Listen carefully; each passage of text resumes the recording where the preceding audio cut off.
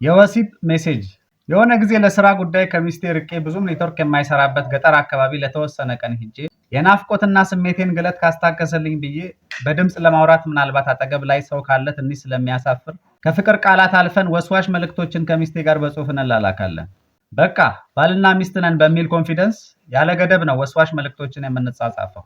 ከሄድኩበት ስመለስ እንዴት እንደምንሳሳም ደጋግመን እንድናደርግና ስሜታችን ወዲያው እንዲነቃቃ ምን አይነት ወስዋሽ ስስ አለባበስ እንደምትለብስ ከዛም አልፎ በእኛ አጠራር የፍቅር ልብስ የምንለውን ያለምንም ልብስ ሆነን የምናብድበትን ሁኔታ እንዴት እንደምንተሻሽ በስንት አይነት አደራረግ እንደምናደርግ ከላይ እስከታች የናፈቁኝን ግልጽና ድብቅ የሰውነት ክፍሎቿን አንድም ሳይቀር እየዘረዘርኩ እንዴት እንደናፈቁኝና ስመለስ ምን እንደማደርጋቸው ብቻ ምኑ ቅጡ።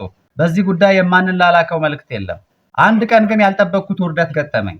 የዛን ቀን ስራ በዝቶብኝ በጣም ደክሞኝ እንቅልፍ እያንገላጀጀኝ ልተኛ ስለነበር ያስለመድኳት ልምድ እንዳይቀር ብዬ ረዘም ያለና ከላይ ያልኳቸውን ወስዋሽ መልእክቶች ከሞላ ጎደል ባጭሩ አጠቃሎ የያዘ መልእክት ጽፌ ጨርሼ አንድ ከስራ ጋር የተያያዘ መረጃ ለአንዱ አብሮኝ የሄደና ከአጠገቤ ክፍል የያዘ ላጤ ጓደኛዬ ልኬለት በእንቅልፍ በድካምና በአእምሮ መዛል ሰበብ ባክ ብዬ ሳልወጣ እዚሁ ባልደረባዬ ጋር ነው ለሚስቴ ብዬ የጻፍኩትን ወስዋሽ መልእክት ልኬ የተኛሁት። ከዛ ተኝቼ ትንሽ እንደቆየው ሚስቴ ስትደውል በሬ ሲንኳኳና በድንጋጤ በርግጌ ስነሳ እኩል ሆነ።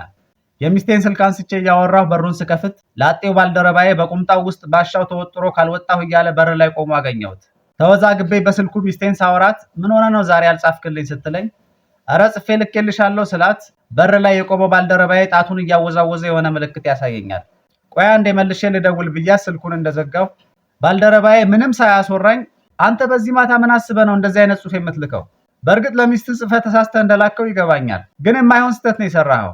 አንተስ ሂደት አበርደዋለህ፣ እኔ ላጤው ምን አባቴ ሊውጠኝ ነው? ይባስ ብሎ ደግሞ በዚህ ማታ። እረ ፈጣሪ አለ ደግሞ እንዴት አድርገህ ነው የጻፍከው? እባክህ አንዳንድ ላጤዎችና ያላገቡ ሰዎች ብቻ እንደዚህ አይነት ነገር የሚጻጻፉ ይመስለኝ ነበር። ባለትዳሮችም ለካ አሰሙም።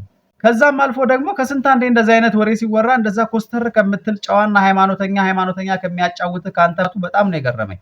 እሱን ተወው፣ የራስህ ጉዳይ። እሺ አሁን እኔ ምን አባቴ ነው የሚሻለኝ? እባክህ በቃ እንዲህ ከምቅበዘበዝ አንዷን ፈልገህ ዳረኝ በማለት የሆነ ነገር ልተነፍስ ስል እንኳን አፋፌን እያለኝ ሌላም የፈለገውን ነገር አውርቶ ጨረሰ።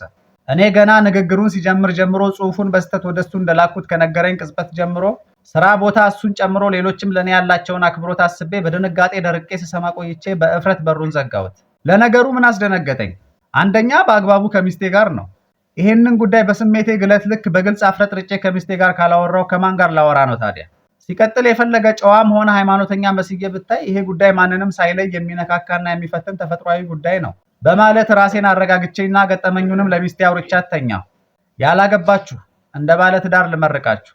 አግብታችሁ የትዳር አንዱና አስደሳች ነገር የሆነውን ይህን ጉዳይ በነፃነት የምታደርጉበትና የምታወሩበትን ቀን ያፍጥንላችሁ እንጂ ሌላ ምን እላለሁ?